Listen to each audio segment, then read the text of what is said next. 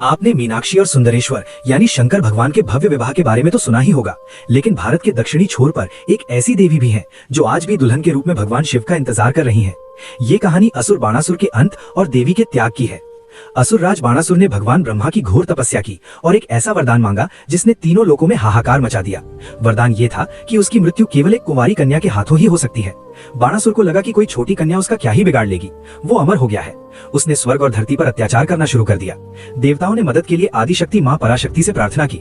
देवताओं की पुकार सुनकर मां शक्ति ने दक्षिण भारत के समुद्र तट पर एक कन्या के रूप में अवतार लिया।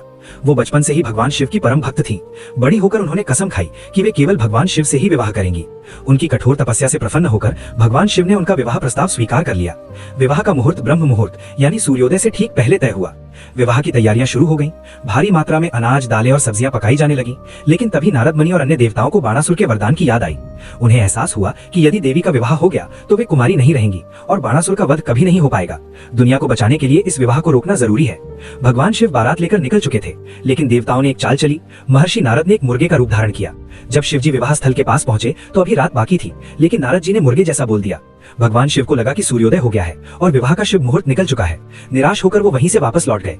उधर देवी मंडप में इंतजार कर रही थी, लेकिन शिवजी नहीं आए। जब उन्हें पता चला कि बारात वापस लौट गई है तो उन्हें बहुत क्रोध और दुख हुआ। उन्होंने विवाह के लिए बना सारा भोजन, अनाज और चूड़ियां गुस्से में समुद्र किनारे फेंक दी।